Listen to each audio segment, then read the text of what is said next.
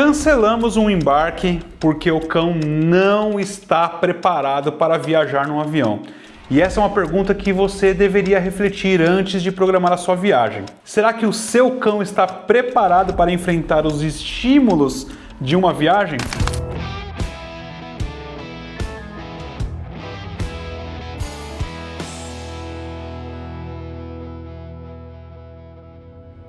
A Leona é um cão da raça Bull Terrier que viajaria ontem, no dia 1º de junho de 2026, para Portugal. E durante o manejo no aeroporto, nós identificamos que ela estava com um comportamento de aversão à caixa de transporte e uma agitação excessiva.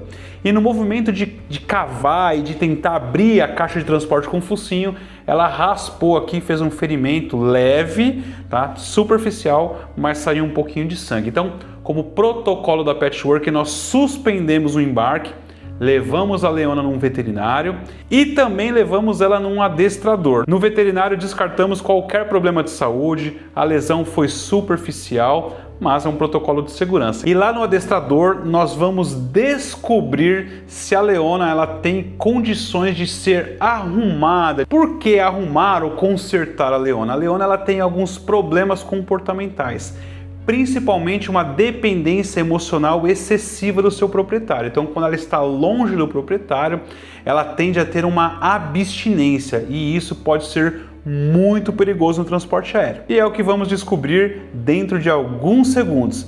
Vamos lá? Vem comigo. Emerson, tem um BOzinho grande para você aí. É sempre um prazer ter você aqui, né? Você sempre traz um grande desafio aí, mais um. Vamos tentar ajudar mais essa. Olha, eu gosto assim, ó. Falei que trouxe um BO, ele falou que eu trouxe um desafio. Eu gosto de gente assim, ó. Acontece, a Leona ontem chegou no aeroporto, ela estava no movimento de tentar levantar a caixa de transporte e ralou o focinho. E o focinho ele é muito vascularizado, então sangrou um pouco e assustou a gente. Então, por medida de precaução e protocolo nosso, a gente cancelou o embarque, levou ela no veterinário, fez uma avaliação, tá tudo tranquilo bem, com né? ela. Tá saudável. Só que o temperamento dela, ela é muito agitada, muito ansiosa. Tava na sala só eu e o veterinário e ela latindo excessivamente. Então ela, em ambiente com pouco ou nenhum estímulo, ela tá sempre agitada, sempre latindo muito. E a pergunta que fica: é possível reparar um cão desse e preparar? Ou existem aquela minoria de cães que falam, ó, esse aqui não muda, seja por uma questão genética, seja por uma questão trauma? Como Exatamente. que funciona isso? O que nós temos são esses dois fatores, né? Hoje o mais comum, que não é normal, mas o mais comum são adquiridos, né? Não são genéticos. Pode acontecer, né? Hoje, por a gente não ter seleções muito boas, né? A gente pode ter em questões genéticas, mas hoje o mais comum são adquiridos. Por quê? Porque são animais que não têm muita educação, hoje a cultura ela não ajuda muito com isso, mas se a gente tiver um bom trabalho, se a gente conseguir conscientizar e quando for trabalhar essas questões, é só dar um pouquinho mais de ênfase naquele problema em si, né? Não vai resolver a vida do animal, né? Se ele tiver com um problema muito sério, mas se a gente der uma ênfase nessa questão, a gente consegue ter uma boa resposta de melhora, né? Mas não é só isso, o animal precisa ter uma vida, né, mais equilibrada e conseguir ali entender as questões mais simples. É isso que a gente vai conseguir entender o porquê que ela está assim, na caixa de transporte e aí como ela ficou lá com vocês lá no veterinário. Legal, o interessante é a gente lembrar vocês de que o canídeo em si, ele é um animal que é um animal de toca. Então, por exemplo, a fêmea do lobo, quando vai dar cria, ela vai procurar uma caverna, vai cavar um buraco para ter os seus filhotes lá dentro, que vão passar semanas sem pôr o focinho para fora, porque ali pode vir um predador, então ali é o refúgio. Então é muito natural que um cão se adapte muito fácil à caixa de transporte, porque ele tem uma memória genética, um instinto para isso.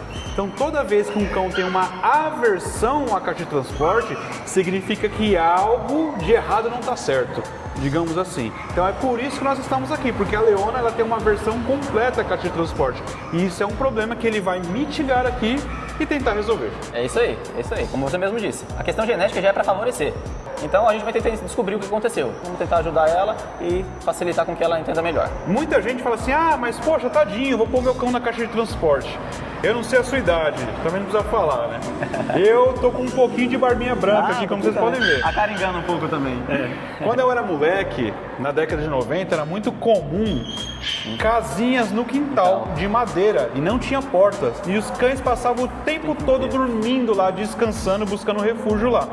E hoje passou a ser um pesadelo porque as pessoas trouxeram os cães para as camas e acham que o cão precisa de um colchãozinho, uma cobertinha, um edredom bonitinho para dormir.